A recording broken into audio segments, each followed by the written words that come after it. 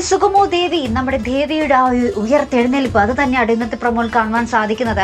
ആദ്യം തന്നെ നമ്മുടെ ഗിരീഷ് മാഷ് നമ്മുടെ ചന്ദ്രോത്ത് വീട്ടിൽ വന്നിട്ട് നമ്മുടെ ചന്ദ്രയോടും, അതായത് നമ്മുടെ മീരയുടെ അമ്മയോടും രജനിയോടും നമ്മുടെ ഭാർഗവിയും ഉണ്ടാവട്ടെ, ഇവരോട് 3 പേരോടും നമ്മുടെ മീരയുടെ ഒരു മരണവാർത്ത അറിയിക്കുകയാട്ടോ. അപ്പോൾ നമ്മുടെ രജനീനോടാണ് ആദ്യം പറയുന്നത്. അപ്പോൾ രജനി ഇങ്ങനെ സങ്കടപ്പെട്ട് കരഞ്ഞുകൊണ്ടിരിക്കുമ്പോഴാണ് നമ്മുടെ ചന്ദ്ര, നമ്മുടെ മീരയുടെ അമ്മ വരുന്നത്. എന്ത് പറ്റി, എന്താണ് ഈ കരയുന്നത്, എന്താ നിങ്ങൾക്കൊരു സന്തോഷമില്ലാത്ത, അവൾക്ക് കുഴപ്പമൊന്നും ഇല്ലല്ലോ എന്നൊക്കെ ഇങ്ങനെ പറയുന്നുണ്ട്.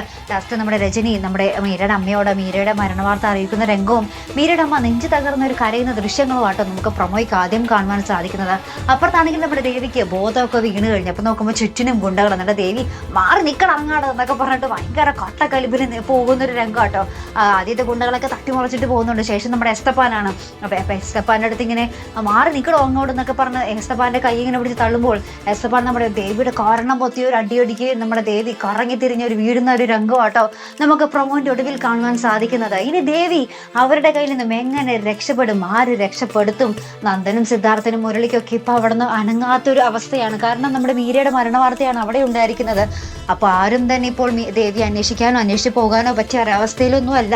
അപ്പം ഇനി എപ്പോഴായിരിക്കും നമ്മുടെ ദേവി അവിടെ നിന്നും രക്ഷപ്പെടുക? നമ്മുടെ ദേവിക്ക് തനിയെ അവിടെ നിന്നും ഓടിപ്പോരാൻ പറ്റുമോ എന്നൊക്കെ നമുക്ക് കണ്ടു തന്നെ അറിയാട്ടോ. അപ്പോൾ ഇതുപോലുള്ള പ്രൊമോ റിവ്യൂസിനും എപ്പിസോഡ് റിവ്യൂസിനും ഒക്കെ നിങ്ങൾ മറക്കാതെ ചാനൽ സബ്സ്ക്രൈബ് ചെയ്യുക. അടുത്തൊരു വീഡിയോ വരുന്നത് വരയ്ക്കും ഗുഡ് ബൈ.